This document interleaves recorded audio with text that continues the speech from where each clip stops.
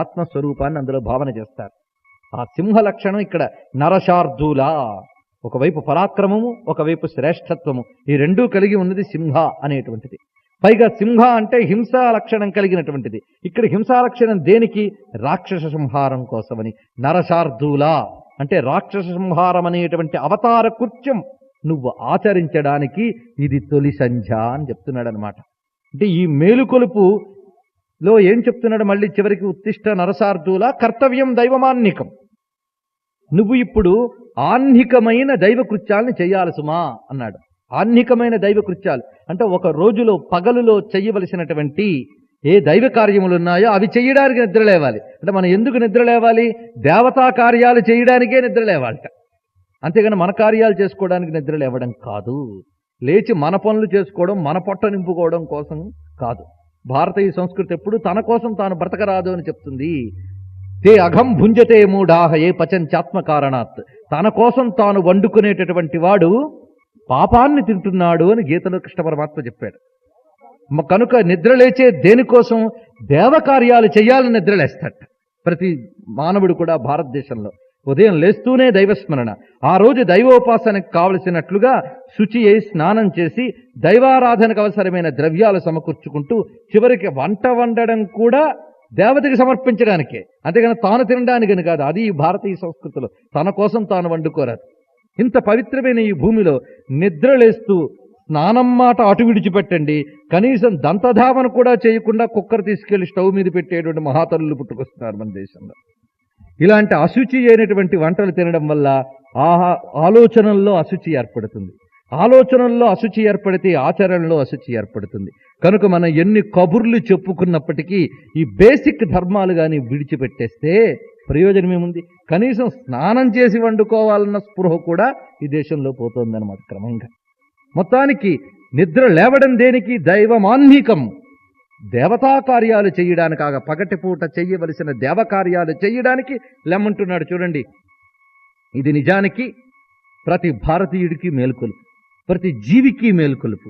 లేవయ్యా దేవకార్యం చేయడానికి అన్నట్లుగా ఆ జీవులో గుండెలో నిద్రించే పరమాత్మక మేలుకొలుపు. ఇక్కడ ఈ మేలుకొలుపు కేవలం ఈ ఒక్కరోజుకు మేలుకొలుపు కాదు, రామావతారానికి అంతటికీ కార్యనిర్దేశం చేస్తున్న మేలుకొలుపు. ఇక్కడ నుంచి ప్రారంభమవుతోంది రామ అవతార కార్యం. ఇంతవరకు దశరథుడి చాటున, కౌసల్య చాటున అయోధ్య ప్రజల్ని రంజింపజేస్తూ ఆడుకున్నటువంటి రామచంద్రమూర్తి ఇక్కడ నుంచి దుష్ట శిక్షణ ప్రారంభించబోతూ ఉన్నాడు, అవతార కార్యాన్ని సాధించబోతూ ఉన్నాడు కోదండరాముడై. కనుక ఇది నిజమైన మేలుకొలుపు. అది చెయ్యడానికి నిద్రలేవయ్యా, అందుకు అవతరించవు కౌసల్యా సుప్రజగా నువ్వు.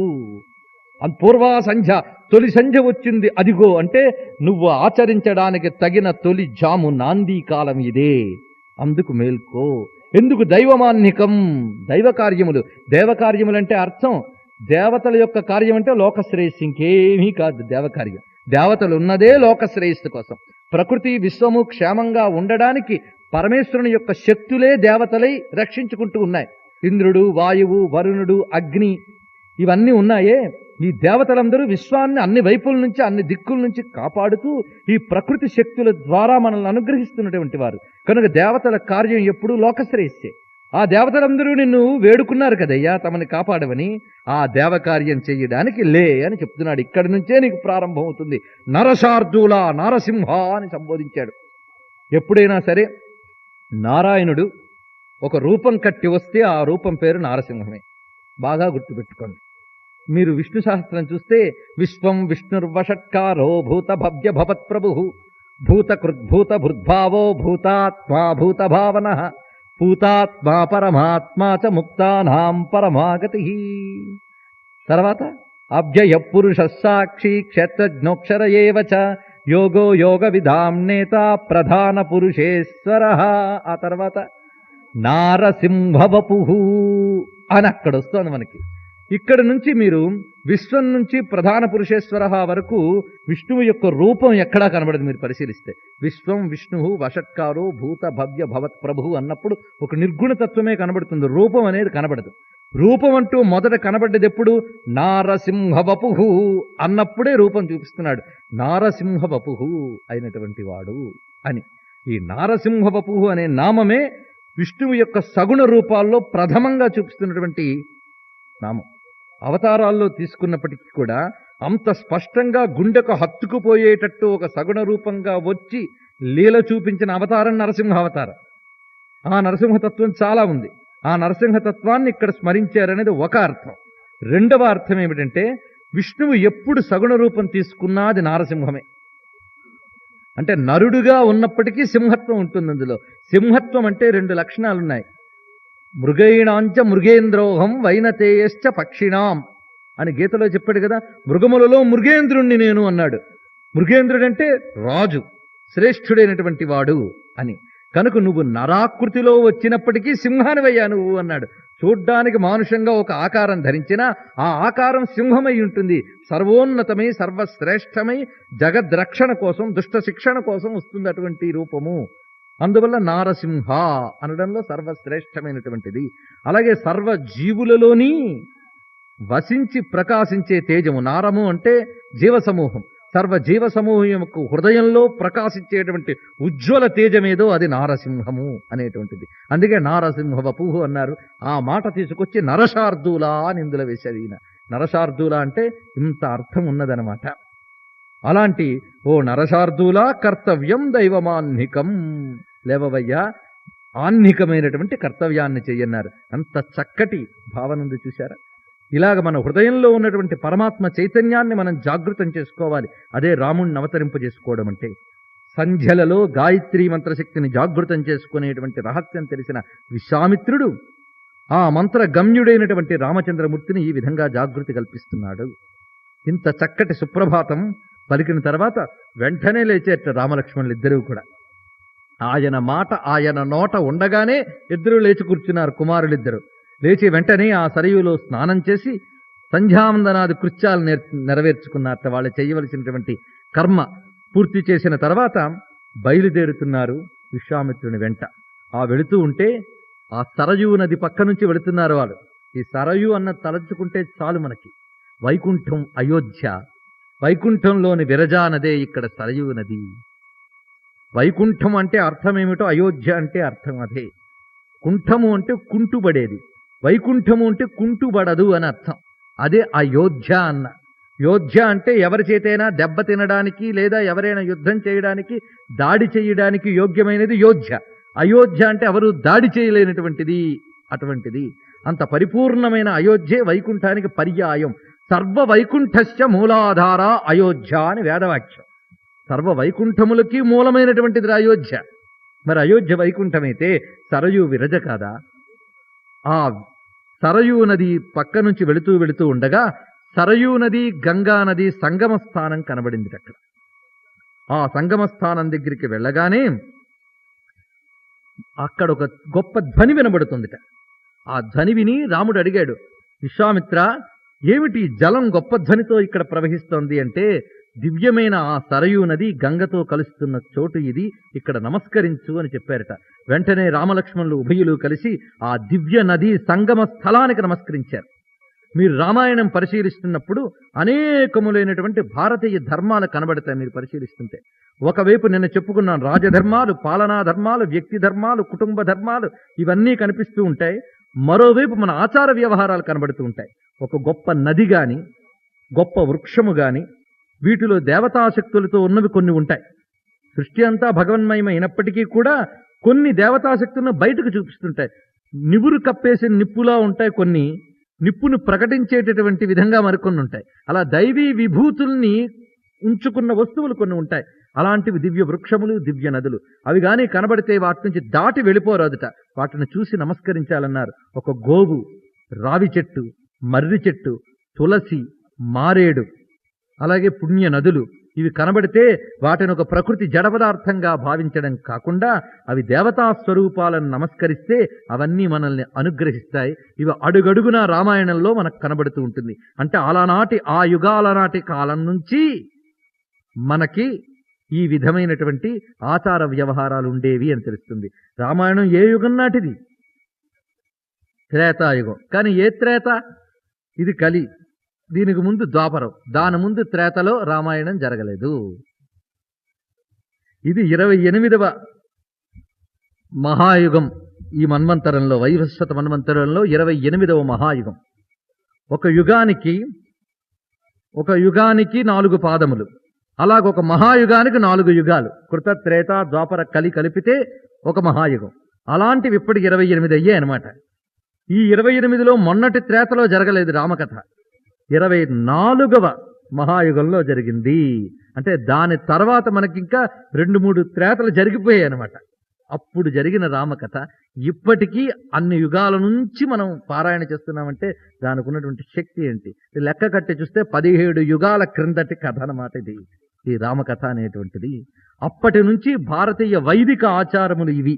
వీటిని పరిశీలిస్తే మన జ్యోతిష్ శాస్త్ర విశేషాలు, యోగ శాస్త్ర విశేషాలు, ప్రకృతిలో పరమాత్మని ఆరాధించడాలు, ఇవన్నీ కూడా ఆ కాలం నుంచి మనకు ఉండేవని తెలుస్తూ ఉంటాయి. ఈ విధమైన పరిశీలన కూడా సాగుతూ ఉండాలి రామాయణం పరిశీలిస్తున్నప్పుడు.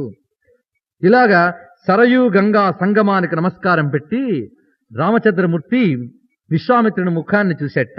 అప్పుడు విశ్వామిత్రుడు చెప్తున్నాడు, ఈ సరయూ నది ఎలా వచ్చిందో తెలుసా అని. ఎందుకంటే ఒక నదిని స్మరించుకుంటే చాలు పుణ్యం. ఇప్పుడు మన హృదయంలో సరయూ నదిని దర్శిస్తున్నాం. ఈ సరయూ నది కైలాస పర్వతే రామ మనసా నిర్మితం సరహ బ్రహ్మణ నరసార్దూల తేనేదం మానసం సరహ సర ప్రవృత్త సరయూహు అని సరయూ నది ఎలా వచ్చిందో చెప్తున్నారు. హిమాలయాలలో కైలాసం అనే మహాపర్వతం ఉన్నది. అక్కడ ఆ కైలాస పర్వతం హిమాలయాల్లో ఉన్నది. కానీ శివుని యొక్క కైలాసలోకం వేరు. ఆ కైలాసలోకం ఊర్ధ్వములో ఉంది, అది మనం వెళ్ళలేం. భూమి మీద ఉన్న కైలాసం ఆ కైలాసం యొక్క ఒక విభూతి అన్నమాట. అంటే ఆ కైలాసాన్ని ఎలాగూ ఆయన అనుగ్రహిస్తే గాని వెళ్ళలేం. ఈ కైలాసాన్ని చూడాలన్నా ఆయన అనుగ్రహించాలనుకోండి, ఆయన విభూతితో ప్రకాశిస్తోంది ఈ కైలాసం. అలాంటి ఆ కైలాస పర్వతం వద్ద బ్రహ్మదేవుడు తపస్సు చేయగా ఆయన మనస్సు ఆ శివధ్యానంతో రసమయమైపోయిందిట. ఆ మనస్సు నుంచి ఒక సరస్సు పుట్టింది అన్నాడు. రసం సరహా అయింది, ఆ మనస్సులోంచి ఉద్భవించిందిట. ఇలా బ్రహ్మదేవుని మనస్సు నుంచి ఉద్భవించింది గనక దాని పేరు మానస సరోవరం అని పేరు. ఆ మానస సరోవరం నుంచి పుట్టుకొచ్చిన నది ఇది అని చెప్తున్నాడు. సరం ప్రవృత్త సరయూహు, ఆ సరస్సు నుంచి పుట్టి వచ్చిన నది కనుక దీని పేరు సరయూ నది అని చెప్తున్నారు. ఆ మానస సరస్సు దీని యొక్క ఉద్గమ స్థానం, అక్కడ నుంచి ఉద్భవించి అది ఉత్పత్తి స్థానం అన్నమాట. అక్కడ నుంచి వచ్చినటువంటి దివ్య నది సరయు. ఆ సరయు ఇక్కడ పరమ పావని అయినటువంటి భగీరథీ నదితో కలుస్తోంది సుమా అని వారు క్రమంగా గంగా నది యొక్క దక్షిణ తీరాన్ని చేరారు. చేరేటప్పటికల్లా అక్కడ పాడుపడ్డ ఊళ్ళు ఉన్న చోటు కనబడిందిట. అంటే అంతకుముందు ఒక మహానగరం అక్కడ ఉండేదని, అది చాలా పాడుపడిపోయిందనే ఆనవాళ్లు కనబడుతున్నాయి అక్కడ. అలా పాడుపడిపోయి ఇప్పుడు కేవలం లతలు, కంటకాలు, పొదలు, గుబుర్లతో నిండిపోయి ఉన్నటువంటిది. అదేమిటి అంటే మలద కరుష దేశములని 2 దేశాలు అక్కడ ఉండేవి. ఆ 2 దేశాలను కూడా ఒక మహారాక్షసి తన యొక్క 2 కుమారులతో కలిసి మొత్తాన్ని భక్షించిందిట. భక్షించేసి పాడుపడేలా చేసింది. ఆ రాక్షసి సుకేతుడు అనే యక్షుని యొక్క పుత్రిక. సుకేతుడనే యక్షుడు, ఆ యక్షుడి యొక్క పుత్రిక. అతడు మంచి పుత్రుణ్ణి అడిగేట ఇమ్మని బ్రహ్మదేవుడికి. నీ తపస్సుకి ఇంకా ఆ ఫలం రాలేదులే, 1000 ఏనుగుల బలం ఉన్నటువంటి పుత్రికని ఇస్తున్నాను, తీసుకో అన్నాడు అతను. 1000 ఏనుగుల బలం. 1000 ఏనుగుల బలం అనగానే అంత శరీరం ఉంటుందా అనుకోవద్దు. బలం వేరు, దేహం వేరు. 1000 ఏనుగులకి ఎంత బలం ఉందో అంత బలం ఉంది. చూడ్డానికి మాత్రం ఆమె సన్నగానే ఉండవచ్చు, కానీ బలం మాత్రం 1000 ఏనుగులది. 1000 ఏనుగుల బలం ఉన్న భీముడు ఉన్నాడు. భీముడు అనగానే 1000 ఏనుగులు అంటే అంత ఉంటాడని కదా. హార్స్ పవర్స్ ఇన్ని ఉంటే వాడికి హార్స్ పవర్ అని చెప్తాం, అంటే అన్ని గుర్రాలు అంత ఉన్నాడని కాదు కదా. ఆ పవర్ వాళ్ళలో ఉన్నటువంటిది. అలానే నాగాయుత బల అయినటువంటి ఒక పుత్రికనిచ్చేట. ఆవిడ గారి పేరే తాటకి. అంటే ఆ తాటకి తన కుమారులైన మారీచ సుబాహులతో కలిసి ఆ బలాన్ని దుర్వినియోగం చేస్తూ తిరిగేది. అందులో అగస్త్య మహర్షి మీద పడ్డారు. సరే, మారీచ సుబాహులు ఇవే. అంతవరకు వాళ్ళు యక్షులు, కానీ అగస్త్య మహర్షి శాపం చేత రాక్షసులైపోయారు వాళ్ళు. మారీచుడు సుబాహుడు ఇక్కడ తిరిగినంతకాలం తిరిగి తర్వాత బయలుదేరి అక్కడికి పరిగెత్తారు. యజ్ఞాలు ఎక్కడ జరుగుతుంటే అక్కడ ధ్వంసం చేయడానికి వాళ్ళు వెళ్ళారు. ఈ తాటకి మాత్రం ఇక్కడ కూర్చుని మొత్తం ఊరంతట్టి భక్షించింది. ఆ రాక్షస అనేటువంటి శాపం వల్ల భీకరమైన ఆకారం కూడా ఆమెకు వచ్చేసిందనమాట. భయంకరమైన ఆకారంతో ఆమె తిరుగుతుంది. ఇలా వీళ్ళు కథ చెప్పుకుంటూ ఉన్నారో లేదో కలకలం వచ్చింది. అక్కడే కనబడింది తాటకి మహాభయంకరమైన ఆకారంతో. చూస్తున్నారు అగ్ని సమాన ప్రకాశులైనటువంటి రామలక్ష్మణులు ఉభయులు కూడా. రాముని ముఖాన ఒక చిరునవ్వు వచ్చింది అది చూసి. అప్పుడు రామ, నీ శరపరంపరని వదులన్నాడు. వెంటనే రాముడు శస్త్రాలను వేస్తున్నాడు. ఆ శస్త్ర పరంపర వేస్తూ ఆమెతో ఆడుకుంటున్నట్లుగా ఆమె వేస్తున్నటువంటి పెద్ద పెద్ద రాళ్లని ముక్కలు చేస్తున్నాడు. ఆమె వేస్తున్న వృక్షాలను ముక్కలు చేస్తూ ఉన్నాడు. కొంత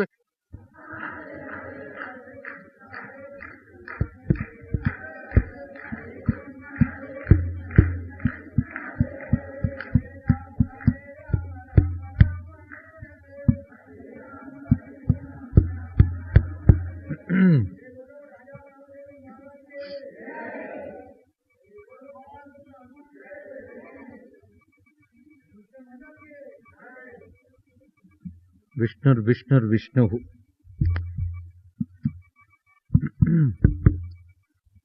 తాటకి రాగానే మన చేత రాంభయం చేయించింది చక్కగా.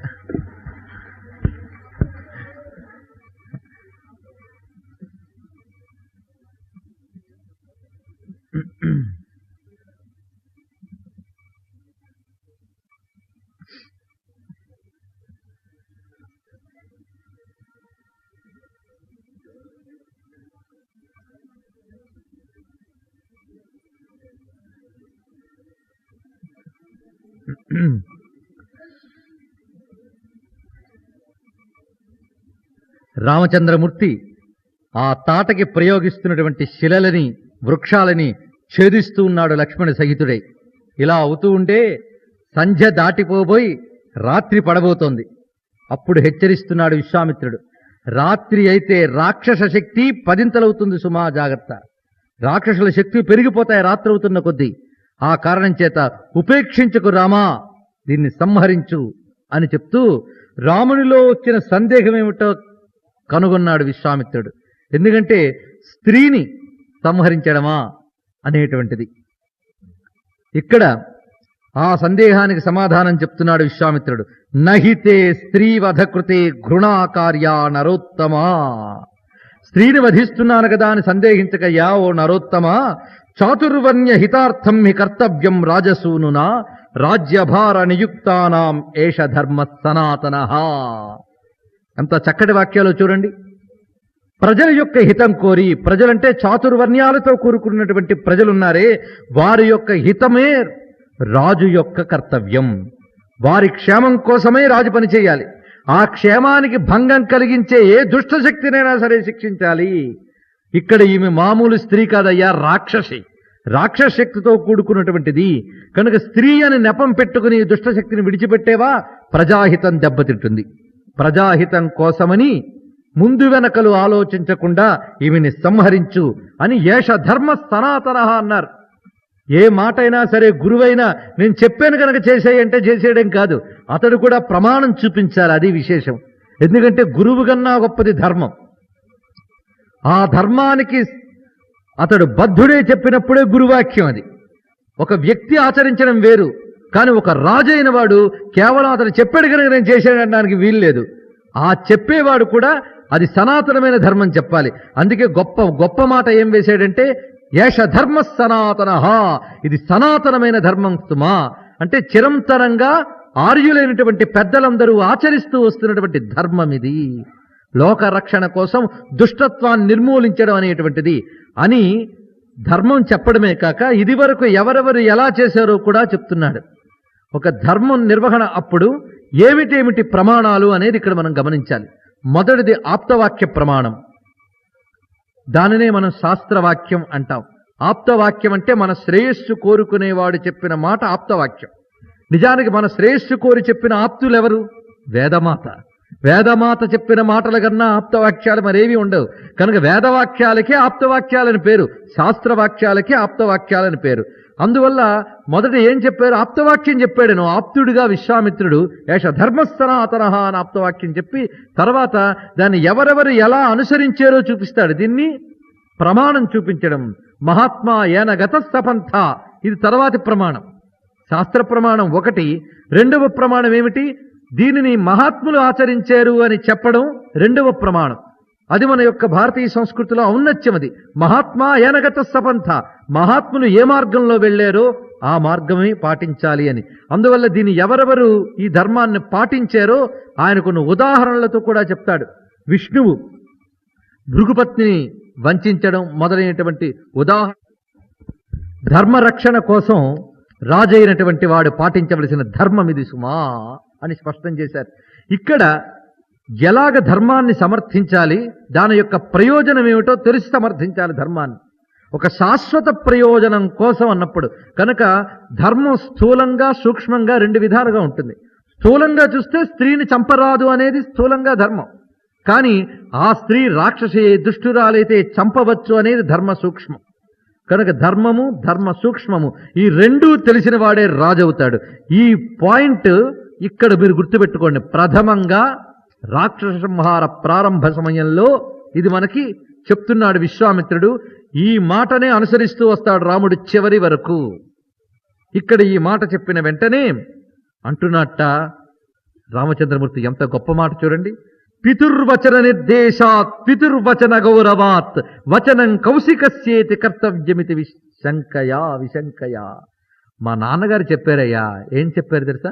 నువ్వు చెప్పేవనేది విషయం అటుంచి మా నాన్నగారు ఏం చెప్పారంటే విశ్వామిత్రుడు ఏం చెప్తే చేయమని చెప్పారు మా నాన్నగారు.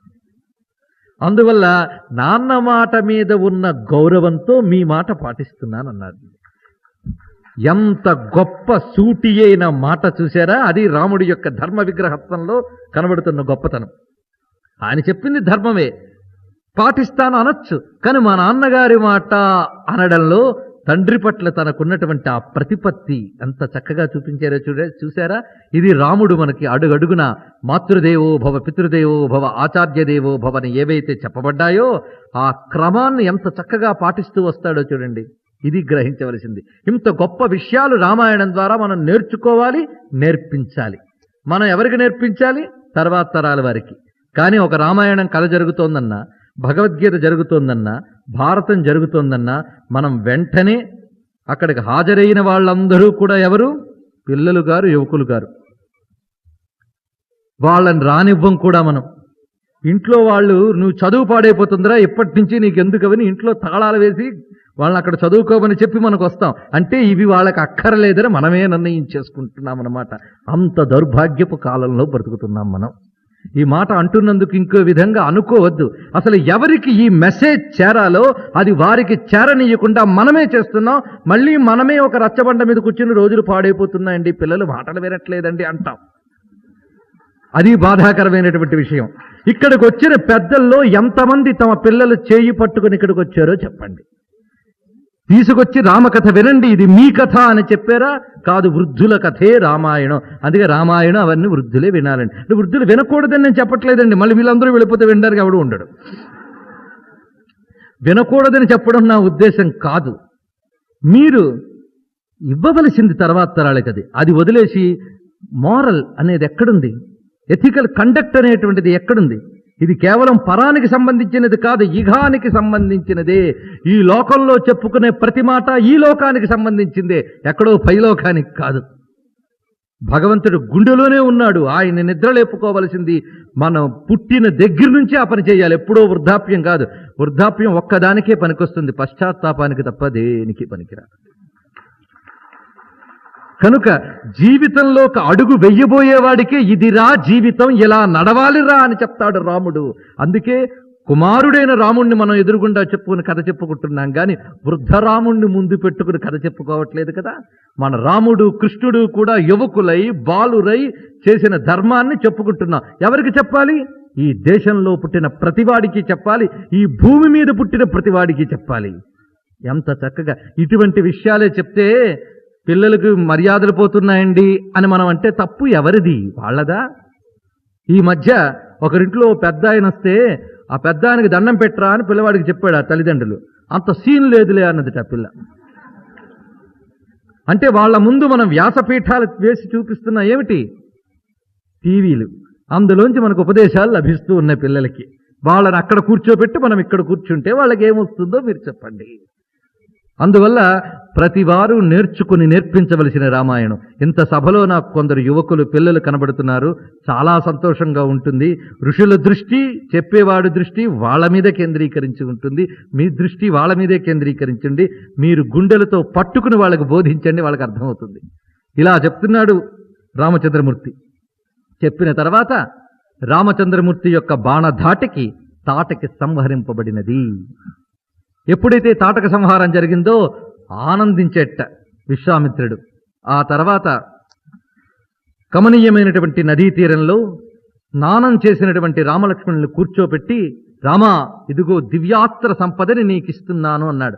అంతకుముందు బల అతిబల అనే మంత్ర విద్యలను ఇచ్చాడు, ఇప్పుడు అస్త్ర విద్యల్ని నీకు ఇస్తున్నాను తీసుకో అని తాను ఆచమనం చేసి రామలక్ష్మణుల చేత ఆచమనం చేయించి ఆయన అస్త్రాలను ఇస్తున్నాడు. అస్త్రం శస్త్రం అని రెండున్నాయి.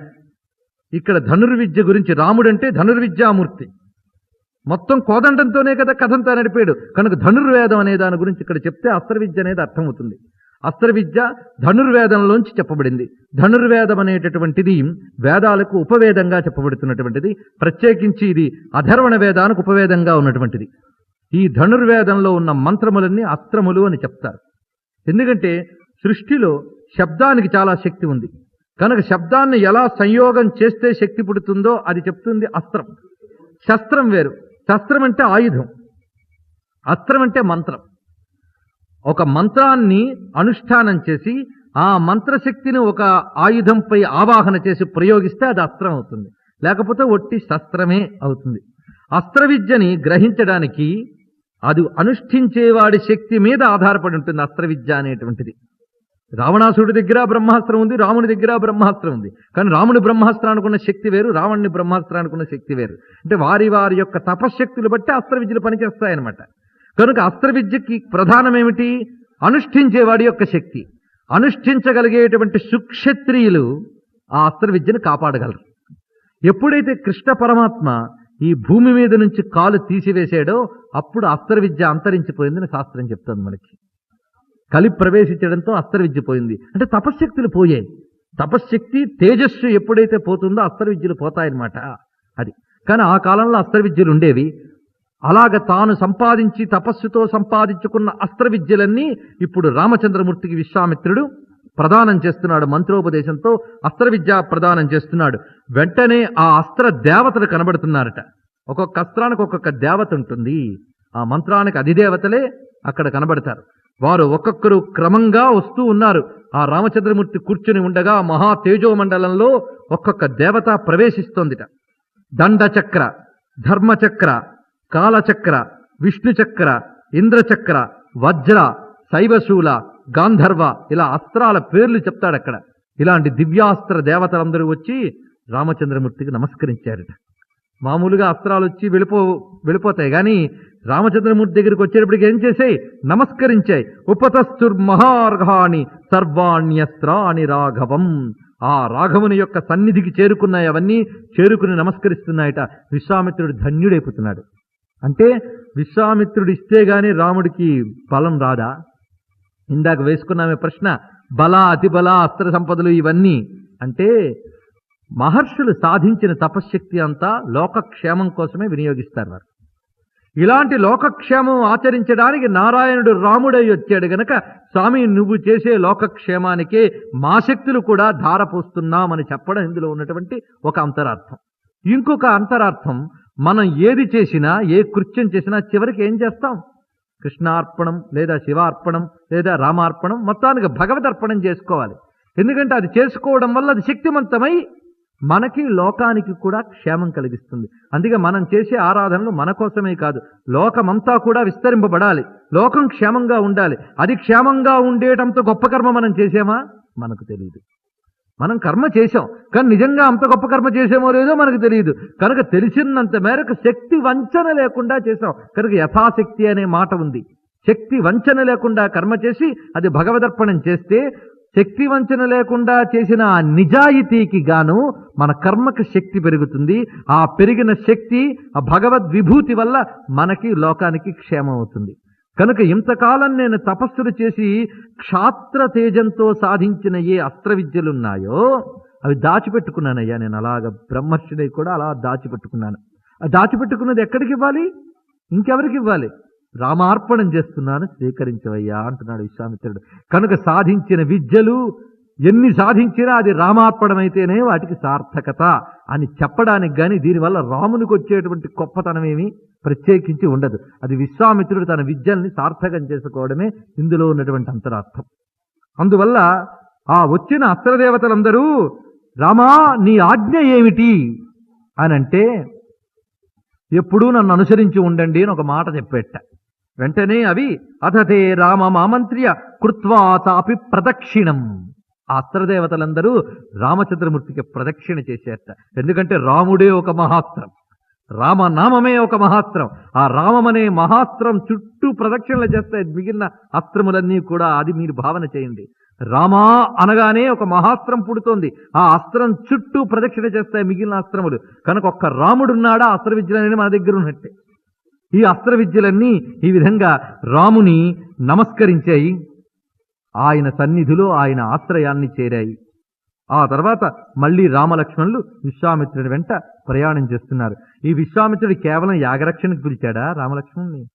ఎన్ని మనసులో పెట్టుకు పిలిచాడో ఆయనకే తెలియాలి. దశరథుడికైతే యాగరక్షణ ఒక మాట అనేశాడు, కానీ యజ్ఞము అంటేనే లోకక్షేమం కనుక లోకక్షేమ రక్షణకి పిలిచాడు అని అంతరార్థం. అందులో దానికి కావలసినవన్నీ సమకూర్చుకుంటూ వెళ్తున్నాడు. ఇక్కడ ఈ అస్త్రాలు ఇచ్చాడు, అసలైన అస్త్రం ఇవ్వబోతున్నాడు తర్వాత. అదే సీతాస్త్రం. సీత అనే మహాస్త్రాన్ని రాముడి చేతికి ఇవ్వబోతున్నాడు ఆ తర్వాత. ఈ మధ్యలో కథ మనం చెప్పుకుందాం ఇప్పుడు. ఎప్పుడైతే ఈ విధంగా అస్త్రములు ఇచ్చాడో వెంటనే రామలక్ష్మణులు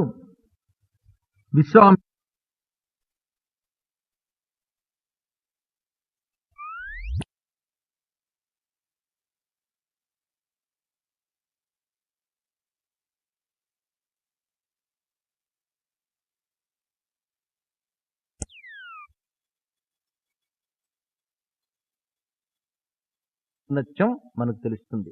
అడుగడుగునా భారతీయుల ఔన్నత్యం రామాయణం ద్వారా గ్రహించాలి. ఎందుకంటే భారతీయుల యొక్క నేషనల్ ఎపిక్, జాతీయ గ్రంథం రామాయణం, భారతీయుల జాతీయ గ్రంథం. ఈ మాట మనకు అంటే మళ్ళీ ఏ రాజకీయవాదులు వచ్చి పనికిరాదు అంటారు మనకి, దాని మీద మళ్ళీ గొడవలు. రాముడు మన జాతీయ నాయకుడు అనరాదు, రాముడు మన జాతీయ రామాయణం మన జాతీయ గ్రంథం అనరాదు. అలాంటి దుర్భరమైన దౌర్భాగ్యవంతమైన కాలంలో బ్రతుకుతున్నాం మనం. కానీ ఇండోనేషియా వాళ్ళకి నేషనల్ ఎపిక్ రామాయణం. అక్కడ ప్రతిరోజు కూడా రామాయణ ప్రదర్శన చేస్తారు. అక్కడ మతస్థులందరూ ఇస్లాములే, కానీ అక్కడ ఎపిక్ మాత్రం రామాయణం. కానీ ఏ గడ్డ మీద రామాయణం పుట్టిందో ఆ గడ్డ మీద మాత్రం రామాయణం మన గ్రంథమని చేతులెత్తి చాటుకుని రాముడు మన దైవమని ఆరాధించుకోవడానికి అవకాశం లేకుండా అయిపోతుంది. ఆలోచించండి, ఇవి ప్రశ్నలు. రామాయణ కథతో పాటు మన గుండెలో బయలుదేరవలసిన మహాగ్నులు, మహాస్త్రాలు ఈ ప్రశ్నలు. మొత్తానికి సిద్ధాశ్రమానికి చేరుకున్నారట విశ్వామిత్రుడితో పాటు. సిద్ధాశ్రమం హిమవత్ పర్వత ప్రాంతంలో ఉంది. అక్కడికి చేరుకుని ఆ సిద్ధాశ్రమం యొక్క గొప్పతనం చెప్తున్నాడు విశ్వామిత్రుడు. ఈ పేర్లు వింటే చాలా మనకి పుణ్యం లభిస్తుంది గనక ఆ పేర్లు చెప్పుకోవడం. దీని పేరు సిద్ధాశ్రమం సుమా. ఈ సిద్ధాశ్రమంలో నారాయణుడు వచ్చి ఉండేవాడు కొంతకాలం. అంటే నారాయణుడు మహర్షిగా వచ్చాడు కదా, నరనారాయణులు. ఆ నారాయణుడు వచ్చి ఇక్కడ తపస్సు చేసినప్పుడు ఇంద్రాది దేవతలు వచ్చి ఆయన్ని ఆశ్రయించి బలిచక్రవర్తి యొక్క అహంకారాన్ని అణచడానికి గాను నువ్వు అవతరించాలయ్యా అంటే అప్పుడు ఆయన అదితి కశ్యపుడు కుమారుడుగా వామనుడై అవతరించాడు. ఇక్కడే వాళ్ళందరూ వచ్చి ప్రార్థించారు ఆయన్ని. కనుక అటువంటి నారాయణుడు తపస్సు చేసిన చోటు ఇది.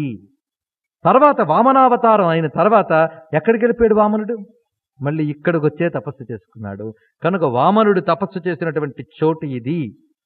అటువంటి మహాత్ముడు తపస్సు చేయడం వల్ల ఇక్కడ ఎవరు తపస్సు చేసినా సిద్ధి లభిస్తుంది తొందరగా. అందువల్ల ఇది సిద్ధాశ్రమం అని పేరు పొందింది సుమా. ఇక్కడ యుగ యుగాల నుంచి కూడా మహాత్ములు, మహర్షులు సిద్ధ శరీరులు ఉంటారు అన్నారు. సిద్ధ శరీరులు, మహర్షుల శరీరములు సిద్ధ శరీరములు. మన శరీరములు వేరు, మహర్షుల శరీరములు వేరు. సిద్ధుల యొక్క శరీరాలు వేరేగా ఉంటాయి.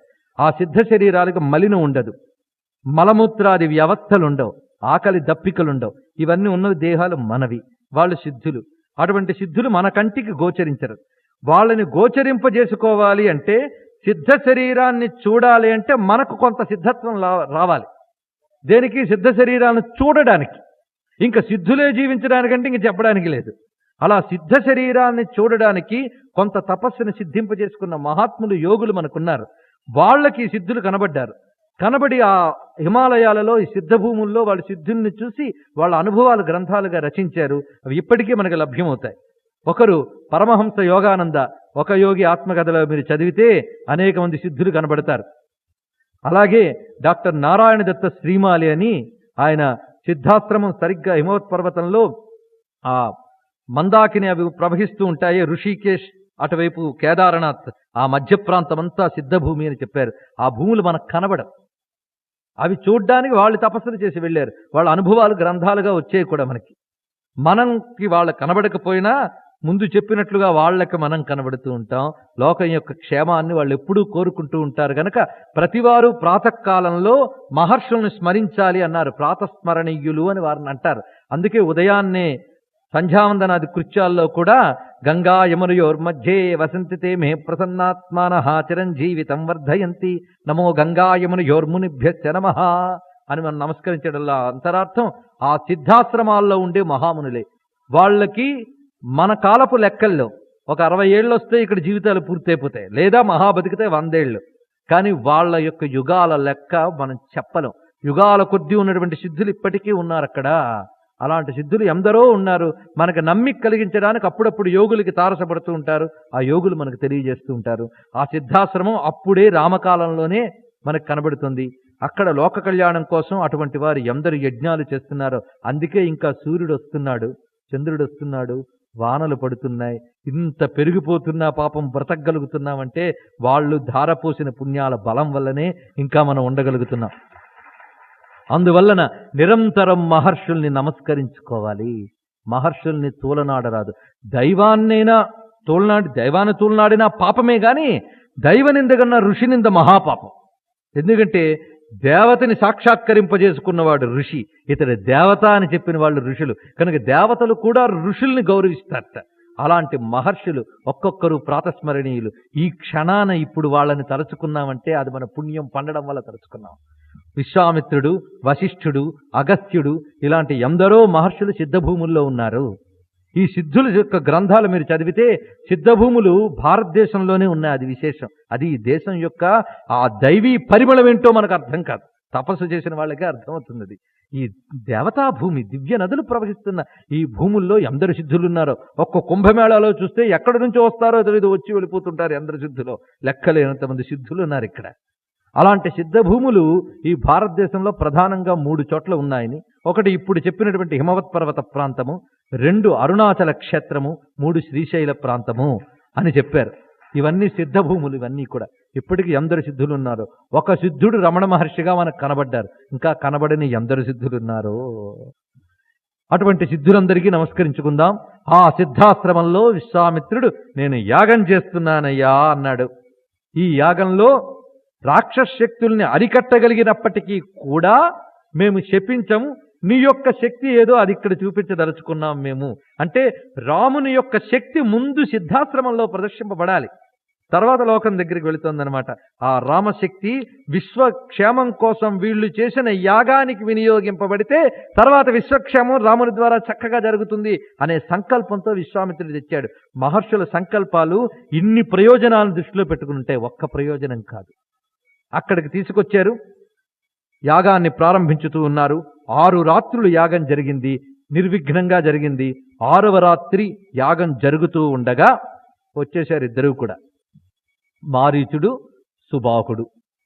వాళ్ళిద్దరూ వచ్చి ఆ పైనుండి రక్తధారల్ని హోమకుండంలో వెయ్యబోయారు. వెయ్యబోతూ ఉంటే రామచంద్రమూర్తి, లక్ష్మణుడు అప్పటికే ఆ పైన అస్త్ర విద్యలతో ఒక పంజరం నిర్మించారు. ఆ పంజరం దాటి ఏ రాక్షస శక్తి బయట ప్రవేశించలేదు. కనుక వాళ్ళు ప్రయోగించేవి కూడా కిందకి దిగట్లేదు. ఒక మహా పంజరం పైన తిరుగుతోంది. వాళ్ళు ఆశ్చర్యపోతున్నారు ఆ రాక్షసులిద్దరు. వెంటనే లక్ష్మణుడితో అన్నట్ట, చూడిప్పుడు వీళ్ళని ఏం చేస్తానో అని మానవాస్త్రం, ఆగ్నేయాస్త్రం అని 2 అస్త్రాలను తీశాడు రామచంద్రమూర్తి. ఈ మానవాస్త్రం ఇంచుమించు శస్త్రం వంటిదే. ఆ పైన ఒక చిన్న మంత్ర విద్యను కలుపుతారు. కలిపితే దానికప్పుడు శీతేషువు అవుతుంది దాని పేరు. శీత ఇషువు. శీత అంటే ఇక్కడ చలి, చలిపిడుగు వంటిదనమాట. ఇంకా చెప్పాలంటే శీతేషువు. దానిని తీసి ప్రయోగించేట్టు ముందు అది మారీచుడి మీద ప్రయోగించారు. ఆ మారీచుడిని అది ఏం చేసిందంటే ఎగరగొట్టి పడేసింది ఎక్కడ. ఇంకొకటి ఆగ్నేయాస్త్రం, అదేం చేసింది సుబాహుణ్ణి అక్కడికక్కడే దగ్ధం చేసేసింది. ఇదేమిటయ్యా, ఇద్దరూ ఒకే తప్పు చేస్తే వాడిని తగలబెట్టేయడం ఏంటి, వీడిని ఎగరగొట్టేయడం ఏంటి, ఏమిటయ్యా ఇది అంటే రాముడు నారాయణుడు అని ఈ సంఘటనే మనకు తెలియజేస్తుంది. మామూలు రాజు అయితే ఇద్దరికి ఒక శిక్షే వేసేవాడు. కానీ భగవంతుడు ఒకడిని శిక్షించేటప్పుడు మనిషిని చూడడం కాదు, వాడి లోపలున్న జీవుణ్ణి చూస్తాడు. ఆ జీవుడు యొక్క కర్మ పరిపాకం ఎలాంటిదో చూస్తాడు. వాడికి ఏ దెబ్బ కొడితే బాగుపడతాడో తెలుసుకుంటాడు. ఒక దెబ్బ కొట్టి వదిలితే తర్వాత సర్దుకుపోయే లక్షణం ఉన్న జీవుడికి ఒక దెబ్బ కొట్టి ఊరుకుంటాడు. వీడిని వదిలితే ప్రమాదం అనుకున్న వాడిని అక్కడికక్కడే దగ్ధం చేస్తాడు. అది శిక్షా నైపుణ్యం అంటే. కనుక రాముడిలో ఉన్నటువంటి నారాయణుడికి ఆ దృష్టి వచ్చు. అదే దూరదృష్టి అనేటువంటిది. అది కావాలి. ధర్మరక్షణ నైపుణ్యం ఉన్నటువంటి మహాత్ములకి, అవతార పురుషులకి అటువంటి దృష్టి ఉంటుంది. కనుకనే మారీచుడితో ఒక దెబ్బ కొట్టూరుకున్నట్ట. ఎందుకంటే వీడితో చాలా పని ఉందిలే, వీడిని ఇప్పుడు కాదు అని కొట్టేట. అక్కడే తెలుస్తుంది రాముని యొక్క దూర రహస్య శిల్పి అనే మాట. దీని గురించి విశ్వనాథ వారు చెప్తారు. అప్పటికేమ పెండిలియునైనది లేదు, భవిష్యమందునా ఎప్పుడు మాయలేడియయి ఈతడు రావలెనంచు, తా చొప్పడ దూసె బాణమును చోద్యముగా అవతార కార్యమై ఎప్పటికో ఫలించగల ఇంతటి దూర రహస్య శిల్పి అయి. అప్పటికి పెళ్ళే కాలేదు, ఇంకా పెళ్ళవాలి, అరణ్యవాసానికి వెళ్ళాలి, అప్పుడు వీడు మాయలేడి అయి రావాలి. అలా మాయలేడి అయి వచ్చేటటువంటి సంస్కారం వీడికి కలగాలి అంటే అంతవరకు వీడు తపస్సు చేసుకోవాలి. అంత తపస్సు చెయ్యాలి అంటే ఆ తపస్సు చెయ్యడానికి అనువైన ఒక దెబ్బ వీడికి తగలాలి అని ఆలోచించి కొట్టేట అక్కడికి. అది రాముని యొక్క దూర రహస్య శిల్పి లక్షణం అనేటువంటిది. ఒక్కొక్క ఘట్టం దగ్గర ఇలా రహస్యాలు కనబడతాయి. ఇలా వేసి కొట్టాడు. కొట్టిన తర్వాత ఇంకా రాక్షస తేజం అక్కడ లేదు, నిర్విఘ్నంగా జరిగిపోయింది యజ్ఞము. మహదానంద భరితుడైపోయాడు విశ్వామిత్రుడు. సిద్ధాశ్రమమిదం సత్యం కృతం రామ మహాయశః అన్నట్ట. ఓ రామా, సిద్ధాశ్రమం అనే పేరుని సార్థకం చేసేవయ్యా అన్నట్టు. ఎంత గొప్ప మాట చూడండి. నువ్వు వస్తేనే సిద్ధాశ్రమం అయింది. రాముడు అడుగు పెడితేనే సిద్ధాశ్రమం సార్థకం అయిపోయింది. అంటే మేము చేస్తున్నటువంటి ఏ సాధనలైతే ఉన్నాయో అవి నిజంగా సిద్ధి పొందే నువ్వు రావడంతో. నీ మహాస్త్ర విద్యని ప్రదర్శించేవి ఇక్కడ. ఆ కారణం చేత ఇదంతా సిద్ధి పొందింది సుమా అని. అంటే తాటకా సంహారం తర్వాత రాముడికి అస్త్ర విద్యలు ఇచ్చారు. ఇచ్చిన అస్త్ర విద్యల్ని ప్రథమంగా ప్రదర్శించిన చోటు సిద్ధాశ్రమం. ఇలా రామ తేజస్సు ప్రథమంగా ప్రదర్శింపబడినటువంటి సిద్ధాశ్రమం. అది గనక రామ రక్షణ ప్రారంభమైంది సిద్ధాశ్రమం నుండి. అంటే మహర్షుల సంకల్పం ఏ లోకక్షేమం ఉందో అక్కడి నుంచే రామ సంకల్పం అనుసంధానింపబడుతుంది, అక్కడి నుంచి మొదలవుతోందనమాట. అందువల్ల ఇప్పుడు సిద్ధాశ్రమం అనేది సార్థకమైంది అని చెప్పి అన్నారు. అప్పుడు రాముడు లక్ష్మణుడు, ఇంకా మా పని అయ్యింది కదా, మేము ఇప్పుడు ఏం చేయాలో మీరు చెప్పండి అని అడిగారు. అడిగే విధానం అది. అంతేగాని మా పని ఎందుకు ఇంక వెళ్ళమా అని కాదు. తర్వాత ఆజ్ఞ ఏమిటో చెప్పండి అంటే, విశ్వామిత్రుడు అసలస్త్రం ఇంకా ఇవ్వలేదు కదా, అందుకు చెప్తున్నాడు. పంచైవ నరసార్దూల సహాస్మాభిర్గమిష్యసి అద్భుతం ధనురత్నంచ తత్ర ద్రష్టుమర్హసి.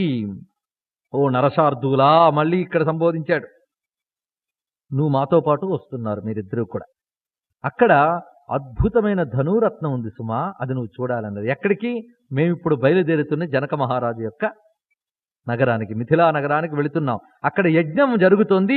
ఆ యజ్ఞానికి మహర్షులందరూ రమ్మన్నారు గనక మహర్షులందరం కలిసి వెళుతున్నాం అక్కడికి నువ్వు రావాలి.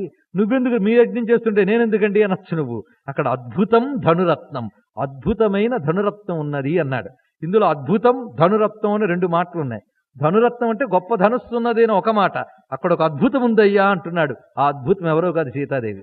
అది చెప్పకుండా అద్భుతం ధనురత్నం, అద్భుతమైన ధనురత్నం ఒకటి ఉన్నది, అది నువ్వు చూడాలయ్యా, చూసి తీరాలి. ఎందుకంటే అంత గొప్ప ధనుస్సు ఉందంటే జగదేక ధానుష్కుడివైనా నువ్వు చూసి తీరాలి అనడం.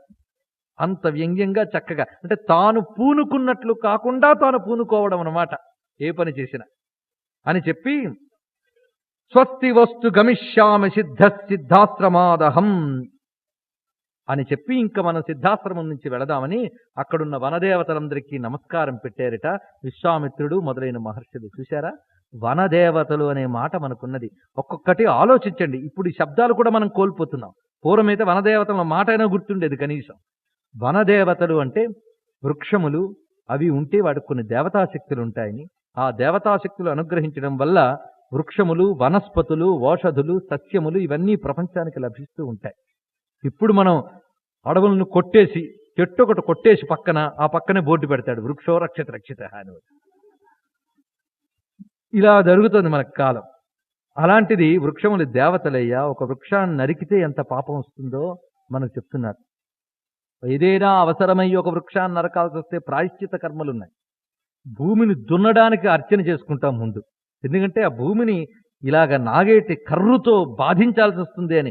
అలా ప్రకృతిలో ప్రతిదానికి ప్రాణముంది అనేటువంటి ప్రేమబంధం ఏర్పరుచుకున్న భారతీయత మనది. ప్రకృతిలో ప్రతిదానికి ప్రాణబంధం ఉన్నది. నీటిలో దిగేటప్పుడు అమ్మ కాళ్ళు పెడుతున్నాను అంతెందుకు, నిద్ర లేచేటప్పుడు సముద్రవసనేదేవి పర్వతస్థన మండలే అని తల్లిని నమస్కరిస్తున్నామే, విష్ణుపత్ని నమస్తుభ్యం పాదస్పర్శం క్షమస్వమే, కాలు వేస్తున్నానమ్మ క్షమించన్నారు. ఇంత గొప్ప సంస్కృతి ఎక్కడ ఉంటుందండి? భూమి మీద పాదం వేస్తే అమ్మా క్షమించంటున్నామే. భూమిని అమ్మగా భావించి, చెట్టును తల్లిగా దైవంగా భావించిన ఈ సంస్కృతిలో ప్రకృతి అంతా అమ్మగా ఆదుకోక ఏం చేస్తుంది? అలా ఆదుకునేది ఆ తల్లి. అలాంటి పాలు త్రాగి రొమ్ము గుద్దడం అంటారే, అలా తయారైంది భారతీయ సంస్కృతి ఇప్పుడు. అలాంటి ప్రకృతిని ఎంత జడబుద్ధితో చూసి మనం క్షీణిస్తున్నామో చూడండి. మళ్ళీ ఈ సంస్కృతిలో ఉన్న వాక్యాలని తీసి ఉద్ధరిస్తే ఈ ప్రపంచానికి కావలసినటువంటి ఎన్విరాన్మెంటల్ ఫ్యాక్ట్స్, సూత్రాలు అన్ని ఇందులోనే దొరుకుతాయి. మీరు గమనిస్తే ఇక్కడ మహర్షులు ఏమంటున్నారు? వనస్పతులకి వనదేవతలకి నమస్కారం పెట్టి మీకు శుభమగ్గుగాక మేము వెళ్ళొస్తా ఉంటున్నారు. మహర్షులు ఎప్పుడు వాళ్ళ క్షేమాన్నే కోరుకుంటున్నారు అని అర్థం అనమాట. స్వస్తి వోస్తు గమిష్యామి సిద్ధాశ్రమామిదం, మేము మీకు స్వస్తి కలుగుగాక అని కోరుకుని వెళుతున్నాము సుమా అని వాటికి వీడ్కోలు చెప్పి వస్తున్నారు. వచ్చేటప్పుడు పలకరిస్తారు, వెళ్ళేటప్పుడు వీడ్కోలు చెప్తున్నారు. అంత ప్రాణబంధం వనదేవతలతో వాళ్ళకుంది. ఇలా చెప్తూ ఉంటే వాళ్ళు వెళుతుంటే ఆ వెనకాల సిద్ధాశ్రమంలో ఉన్నటువంటి మృగములు పక్షులు కూడా వచ్చేస్తున్నాయి వాళ్ళ వెనకాల. చూసారా? ఒక మనిషి ప్రేమని పెంచుకుంటే ప్రతిదాన్ని తన వెంట కదిలించగలడు. ఆ ప్రేమ, ఆ హితకాంక్ష ఉంటే ప్రకృతి కూడా మనకు అనుకూలంగా ఉంటుంది. మృగములు పక్షులు వచ్చేస్తుంటే ఇవి వాల్మీకి రామాయణంలో మనం పరిశీలించవలసిన సున్నితమైన అంశాలు, మనం నేర్చుకోవలసిన గొప్ప గొప్ప అంశాలు ఎన్నున్నాయో చూడండి. మృగ పక్షి గణాశ్చైవ సిద్ధాశ్రమ నివాసినః అనుజగ్బుర్ మహాత్మానం విశ్వామిత్రం మహామునిం. విశ్వామిత్రుని వెంట వస్తూ ఉంటే నివర్తయామాస తత పక్షి సంఘాన్ మృగానపి, మీరుండండి మళ్ళీ వస్తాను అని చెప్పి వెళ్ళేట ఆయన. ఇలా వీళ్ళందరూ కలిసి వెళుతున్నారు. వెళుతూ ఉండగా తోవలో గంగా నది మళ్ళీ వస్తోంది. ఆ గంగ నుంచి వాళ్ళు మళ్ళీ మిథిలికి వెళుతున్నారు. ఆ వెళుతున్నప్పుడు ఆ గంగను చూసి నమస్కరిస్తూ రాముడు అలా నిలబడిపోయేట. ఎంత పుణ్య నది, ఎంత దివ్య నది! గంగా అంటే చాలు భారతీయుల అంతరంగం ఉప్పొంగుతుంది. ఎందుకంటే శ్రోతసామస్మి జాహ్నవి అన్నాడు కృష్ణ పరమాత్మ గీతలో విభూతి యోగంలో. నదులలో గంగను నేను అన్నాడు. శ్రేష్టమైన నది గంగా అంటేనే. అంతేకాదు ఆ గంగ పేరు పెట్టుకుని మనం గోదావరి జలాలను తీసుకున్నా గౌతమి గంగ అంటాం. అసలు నీటికి కూడా గంగ అనుకుంటాం మనం. గంగని స్మరించి స్నానం చేస్తాం. భారతీయుల అంతరంగమే గంగా తరంగం. అలాంటి దివ్యమైన ఆ గంగను చూసి రామచంద్రమూర్తి నిలబడితే రామా అని సంబోధించి విశ్వామిత్రుడు గంగ కథ చెప్పేట. ఇక్కడ చూడండి, కథలు చెప్పడం అనేది ఇక్కడ కనబడుతూ ఉంటుంది. విశ్వామిత్రుడు అడుగడుగునా కథలు చెప్పడం. మన సంస్కృతి అంతా కథలు చెప్పుకోవడం వల్ల వచ్చింది. అమ్మ చెప్పిన కథలు, గురువులు చెప్పిన కథలు, శ్రవణం వల్ల ఎంత నేర్చుకోవచ్చో చూడండి. అది రాముడు మనకు నేర్పుతున్న ధర్మం. అందుకే విశ్వామిత్రుడు కథలు చెప్తూ ఒక చోట విశ్రమిస్తూ ఉంటే రాముడు లక్ష్మణుడితో అంటాట, ఈయన అస్త్ర విద్య ఇవ్వడం అంతా ఒక ఎత్తు, ఈ కథలు చెప్పడం ఒక ఎత్తయ్యా అన్నట్ట. ఎంత గొప్ప మాట చూడండి. ఈ కథల ద్వారా వస్తున్నటువంటి ధార్మిక సందేశం అస్త్ర విద్యల కన్నా గొప్పది. ఇది మన జీవితాల్ని నడుపుతుంది. అది చెప్తున్నాడు ఇక్కడ. కథలు చెప్పుకోవడంలో ఉన్నటువంటి గొప్ప విషయం. కానీ ఇప్పుడు కథలు చెప్పే తీరికలు తల్లులకి లేవు, వినే ఓపికలు పిల్లలకి లేవు. ఎందుకంటే హోంవర్కులు పాపం ఏముంటాయి, ఏం నేర్పుతుందని జీవితాలకి మనకు ఆలోచించండి. ఇక్కడ మొత్తానికి విశ్వామిత్రుడు కథ చెప్పాడే కదా, గంగ ఎలా అవతరించిందో కథ చెప్తాడు. చెప్పి ఆ గంగలో ఉద్భవించినటువంటి కుమారస్వామి కథ చెప్తాడు. ఏషతే రామ గంగాయా విస్తరో విహితోభయ కుమార సంభవశ్చైవ ధన్య పుణ్యస్తథైవచ. కుమార సంభవ గాథ చెప్పేట. కుమార సంభవశ్చైవ అనే మాట ఉంది. ఇది వాల్మీకి రామాయణంలో మాట. అంతకుముందు రఘువంశం అనే మాట వచ్చింది. ఈ కుమార సంభవం అనే మాట తీసుకుని కాళిదాసు కుమార సంభవం కావ్యం అనేది సృష్టించాడు. అంటే వాల్మీకి ఇచ్చిన మాటలు తరువాతి కవుల మీద ఎలాంటి ప్రభావం చూపించిందనడానికి ఇదొక ఉదాహరణ. మొత్తానికి కుమార సంభవ గాథ చెప్పాడు. ఇక్కడ ఒక రహస్యం మీరు గమనించాలి. గంగ కథని చెప్పడంలో అంతరార్థం చాలా ఉన్నది. ఈ ప్రపంచంలో కుటుంబ వ్యవస్థకున్నటువంటి గొప్పతనం భారతీయ సంస్కృతి తపస్సుతో ఆవిష్కరించింది. దానిని ప్రతిష్ఠిస్తున్నటువంటి కథ గంగావతరణ కథ. భగీరథుడు తపస్సు చేశాడు. ఎందుకోసం? వాళ్ళ ముత్తాతలు ధరించడానికండి. బ్రతికున్న తండ్రికే అన్నం పెట్టని రోజుల్లో ముత్తాతలు ధరించాలని తపస్సు చేశాడంటే ఎంత గొప్పవాడండి. షాజహాన్ అంట అతన్ని బంధించేశాడు కదా ఔరంగజేబు, కొడుకే బంధించేశాడు. ఆయన అలా పాపం ఆ బంధించిన బందికానాల నుంచి యమునా నదిని చూస్తూ కూర్చున్నట్ట. ఆ యమునా నది ఒడ్డున ఒక భారతీయుడు వాళ్ళ పెద్దలకి తద్దినం పెట్టుకుంటున్నట్ట. అక్కడ ఏమి జరుగుతోంది అని అడిగాడు ఇతను. అడిగితే వాళ్ళు చనిపోయినటువంటి తాతగారికి తద్దినం పెడుతున్నాడని. చనిపోయిన తాతగారికి తద్దినం పెడుతున్నాడా? మా కొడుకు బతుకున్న నాగే పెడుతున్నాడు కదా అయ్యా తద్దినం అనుకున్నట్టు ఆయన. ఇది భారతీయ సంస్కృతిలో ఉన్న ఔన్నత్యం. తన పూర్వీకుల్ని స్మరించుకోవడం.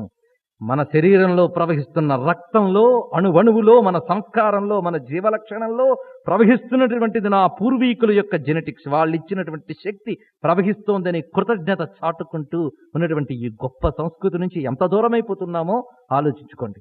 బతుకున్న తల్లిదండ్రులు పట్టించుకోవడం లేదు. ఏమైనా శ్రాద్ధాది కర్మలు చెప్తే అవన్నీ చాదస్తామండి అంటాడు. కానీ ఇందులో ఉన్నటువంటి ఆత్మీయత అనుబంధాలు మనకు గుర్తొస్తున్నాయా? అది ఇక్కడ భగీరథుడు. ఇంకొక రహస్యం కూడా ఇందులో ఉంది. సగరులు ఎవరైతే ఉన్నారో మొత్తం వాళ్ళు 1000 మంది సగర పుత్రులు. ఆ సగర పుత్రులు కపిల మహర్షి చేత దగ్ధమైపోయారు. అది మనకు తెలిసిన కథే. పాతాళ లోకంలో ఎక్కడో పడిపోయారు వాళ్ళు. అప్పుడు అలాగా ఒక మహర్షి శాపం చేత దగ్ధమయ్యే వాళ్ళు ఉంటే వాళ్ళు ఇంకా రాలేదు. ఆ యజ్ఞాశ్వం ఎక్కడుందో వెతుక్కోవడానికి వాళ్ళ అన్నగారి పిల్లవాడు అంశుమంతుడు వచ్చేట అక్కడికి. వచ్చి యజ్ఞాశ్వాన్ని పట్టుకున్నాడు. పట్టుకోగానే బూడిద కుప్పలై వాళ్ళందరూ ఉన్నారు. చూశాడు, ఏమిటి ఇలా జరిగిందంటే మహర్షి శాపం వల్ల దగ్ధమయ్యారని తెలుసుకున్నాడు.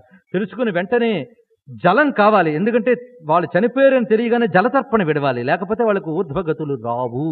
జీవుడంటే ఈ శరీరంలో ఉన్నవాడే కాదు, శరీరానికి వెనక ముందు కూడా ఉంటాడు. వాడు ఊర్ధ్వగతులకు వెళ్ళాలి అంటే ఆ జీవలక్షణాన్ని పుణికి పుచ్చుకున్న తర్వాత తరాల వారు వాడి కోసం చేయవలసినది చెయ్యాలి. ఆ విధంగా పితృతర్పణం చెయ్యాలి అంటే జలము లేదుట. అప్పుడు గరుత్మంతుడిని స్మరిస్తే గరుత్మంతుడు ఏ జలమైనా తెచ్చి ఇవ్వచ్చు. కానీ నీ ఎవరైతే తండ్రులు ఉన్నారో వాళ్ళు మామూలుగా చావలేదయ్యా, మహర్షి కోపాగ్నికి దగ్ధమయ్యారు. వాళ్ళకి మామూలు జలాలతో ఇచ్చిన తర్పణ వల్ల వాళ్ళు ముక్తి రాదు, అందువల్ల దేవనదిని తీసుకురావలసినదే అని చెప్పేట. అప్పుడు అంశుమంతుడు జీవితం అంతా ప్రయత్నించాడు, కాలే, అయిపోయింది. తర్వాత దిలీప్ చక్రవర్తి ఆయన వచ్చాడు, ఆయన తపస్సు చేశాడు, అయింది, కాలే. భగీరథుడు వచ్చాడు. భగీరథుడు మళ్ళీ తపస్సుకు పూనుకున్నాడు. చూడండి, తన తండ్రుల్ని తరింపజేయాలనేటువంటి అంశుమంతుని యొక్క తపన దిలీపుడి దాకా కొనసాగింది. ఆ తపన దిలీపుడితో ఆగలేదు, భగీరథుడి దాకా కొనసాగింది. భగీరథుడు తపస్సు చేశాడు, బ్రహ్మదేవుడు అనుగ్రహించాడు, గంగమ్మ అనుగ్రహించింది, నారాయణుడు అనుగ్రహించాడు, శంకరుడు అనుగ్రహించాడు. గంగని పట్టి నేలకు పంపించాడు, అయిపోయింది. అయిపోయిన వెంటనే బ్రహ్మ వచ్చి అంటాట, ఇక్కడ మనం నేర్చుకోవాల్సిన గొప్ప మాట. భగీరథుడితో అంటాడు, గొప్ప పని చేసేవయ్యా భగీరథ, నువ్వు ఎంత గొప్ప పని చేసావు, నీ ముత్తాతలను తరింపజేశావు, ఈ భూమిని తరింపజేశావు గంగని తీసుకొచ్చి, నీ తపస్సు పండిందయ్యా అంటే, ఇందులో నా తపస్సు యొక్క ఘనత ఏమీ లేదయ్యా అన్నట్ట భగీరథుడు. ఇదేమిటి అని ఆశ్చర్యపోయాడు బ్రహ్మదేవుడు. అంటే మా తాతగారు తపస్సు చేసి తపస్సు చేసి తపస్సు చేశారు, వృధా కాలేదది. ఆ తపస్సు సరిపోలేదు, సరిపోని ఆ తపస్సుని మరింత సరిపోయేలా చేశారు మా తండ్రి. ఆయన తపస్సు చేసి అది కొనసాగించి అది పండించారు. ఆ తపస్సు సరిపోలేదు, అక్కడ దాకా వచ్చిన తపస్సును కొనసాగించి నేను పూర్తి చేశాను, అంతే తప్ప నేనే తపస్సు మొదట ప్రారంభించి ఉంటే గంగ వచ్చేది కాదన్నాడు. ఎంత గొప్ప విషయం చూడండి. అంటే తాతల తపస్సు మన దాకా వస్తోంది, మన తపస్సు తరువాతి తరాల వరకు వెళ్ళాలి. ఇది అనుస్యూతమైన బంధం. ఏవం పరంపరా ప్రాప్తం, ఇది పరంపర అంటే ఈ రహస్యమే కుటుంబ సంస్కృతిలో ఉంది. పరంపరగా వచ్చేటువంటి ధర్మం, అది విస్మరించకూడదు, అది తెగకూడదు. ప్రజాతంతుం మాం వ్యవచ్ఛేత్సి అనే మంత్రంలో ఉన్న అంతరార్థం అదే. పిల్లలకి అందజేయవలసినది ధర్మం, ఆస్తి పాస్తి కాదు. అది మాత్రమే కాదు, ధర్మాన్ని అందజేయాలి. అది చెప్తున్నాడు ఇక్కడ. ఈ భగీరథుడి మాట చెప్పగానే బ్రహ్మదేవుడు అన్నాడు, నువ్వు గంగని తేవడమంతా ఒక ఎత్తు, ఈ మాట ఒక్కటి ఒక ఎత్తు అయ్యా అన్నట్ట. అంత గొప్ప మాట చూడండి. ఈ మాట మళ్ళీ గంగానదిలాగే వాళ్ళు లభించింది అనుకోండి, దీని అంతరార్థాన్ని మీరు భావించండి, భావించి మన కర్తవ్యం ఏమిటో తెలుసుకోండి. ఈ విధంగా కథని చెప్పి మళ్ళీ కొంత దూరం ప్రయాణం చేశారు. వెళుతూ ఉండగా ఒక పాడుపడ్డ ప్రాంతం కనబడిందిట. అక్కడ ఒకప్పుడు ఒక మహా ఆశ్రమం ఉండేది అనేటువంటి ఛాయ అక్కడ కనబడుతోంది. ఇప్పుడంతా పాడుపడిపోయింది. అందులో ఒకవైపు ఎండిపోయినటువంటి చిదికిపోయినటువంటి వస్త్రములు, అక్కడక్కడ పారవేసినటువంటి యజ్ఞద్రవ్యములు, అవి కూడా బూజు పట్టి శిథిలమైపోయి ఉన్నాయి. ఆశ్రమం అంతా పాడుపడిపోయింది. అంటే ఒకప్పుడు ఇది ఒక దివ్యాశ్రమము అనే సంకేతం కనబడుతోంది. అది చూడగానే రాముడి కళ్ళ నీళ్లు తిరిగేట. ఎందుకంటే దయామయుడు. ఒక దీన దృశ్యాన్ని చూస్తే ఆయన కళ్ళ వెంటనే ఆర్ద్రతతో నీళ్లు తిరిగి, ఏమిటిది, ఈ ఆశ్రమం ఏమిటి అంటే అప్పుడు విశ్వామిత్రుడు చెప్తున్నాడు, ఇది గౌతమ మహర్షి యొక్క ఆశ్రమం సుమా. ఇక్కడ అహల్య గౌతములిద్దరూ ఉండేవారు, తపస్సు చేసుకునేవారు. కొంతకాలానికి గాను తస్యాంతరం విదిత్వాత సహస్రాక్ష శచీపతి మునివేషధరో భూత్వా. ఒకానొక నాడు గౌతముడు లేని సమయంలో ఇంద్రుడు మునివేషము ధరించి ఇక్కడ ఆశ్రమంలో ప్రవేశించాడు అహల్య వద్దకు. అహల్య అతడు ఇంద్రుడని పోల్చుకున్నది అన్నాడు. అంతేగాని కోడిలా కుయ్యడం, ఆయన వెళ్ళిపోవడం అనే ఘట్టం ఎక్కడా లేదు, ఇక్కడ కూడా లేదు. ఆయన కేవలం మునివేషం ధరించి వచ్చాడు ఆయన లేని సమయంలో. మునివేషం సహస్రాక్షం విజ్ఞాయ రఘునందన మతించకార దుర్మేధ దేవరాజ కుతూహలాత్. ఎప్పుడైతే ఆ విధంగా వచ్చాడో అప్పుడు అహల్యకి దుర్మేధ, దుర్బుద్ధి పుట్టిందిట. దేవరాజ కుతూహల, దేవరాజైన ఇంద్రుడు వచ్చాడు అని. అంటే ఇక్కడ ఏమిటంటే బ్రహ్మ మానస్సు నుంచి ఆవిర్భవించింది మొదట. ఆవిర్భవించినప్పుడే ఇంద్రుడు అహల్యను చూసి మోహించడం అనేది జరిగింది. అప్పుడు ఆమె దృష్టి ఏం సబ్ కాన్షియస్ లెవెల్లో ఏం పడిందో మనకు తెలియదు. ఇక్కడికి వచ్చేటప్పటికి అది పండింది ఆ కోరిక. అప్పుడు పాపకృత్యం వల్ల ఆమె అన్నదిటి తర్వాత ఇంద్రునితో, కృతార్థస్మి సురశ్రేష్ఠ గచ్చ శీఘ్రమతి ప్రభో ఆత్మానం మాంచ దేవే సర్వదా రక్షగౌతమాత్. పాపాచరణ చెయ్యడమే కాక, ఓ ఇంద్ర, నువ్వు ఇంకా తొందరగా వెళ్ళిపో, నన్ను గౌతముడి యొక్క కోపం నుంచి నన్ను నిన్ను కూడా రక్షించు అంటూ ఉండగానే గౌతముడు అక్కడికి ప్రవేశించాడు. వెంటనే శపించి వేశాడు. ఇంద్రుడి పాపానికి ఇంద్రుడికి శిక్ష వచ్చింది, అహల్యకి శిక్ష వేస్తున్నాడు. ఇక్కడ అహల్య నిజానికి పునీతురాలే. ఒకే ఒక్క తప్పు, భయంకరమైన తప్పు చేసింది. ఆ తప్పుకి శిక్షిస్తున్నాడు ఇక్కడ గౌతముడు. తప్పుని శిక్షిస్తున్నాడు అంటే ఆ తప్పు యొక్క ఫలితాన్ని తీసివేసి ఆమెను శుద్ధం చేయబోతున్నాడు అని అర్థం. ఎందుకంటే మహర్షులకి మామూలు వారి వలె కోపం రాదు కనుక ఆయన ఇప్పుడు శిక్షించబోతున్నాడు. ఆ శిక్ష ఏమిటో చూడండి. శాస్త్రం విధించిన ప్రాయశ్చిత్త కర్మ ఇక్కడ చెప్తున్నాడు. ఇందులో ఉన్న రహస్యం అది. ఏమిటి చెప్పాడు? నువ్వు రాయైపో అని అనలేదు గౌతముడు. వాల్మీకి రామాయణం పరిశీలిస్తే ఈమె రాయిగా మాత్రం అవలేదు. రాయి అయితే ఏముంది? అనుభవమే లేదు. అనుభవం లేనప్పుడు శిక్ష ఏముంది? కనుక ఏమని చెప్పించాడో జాగ్రత్తగా వినండి.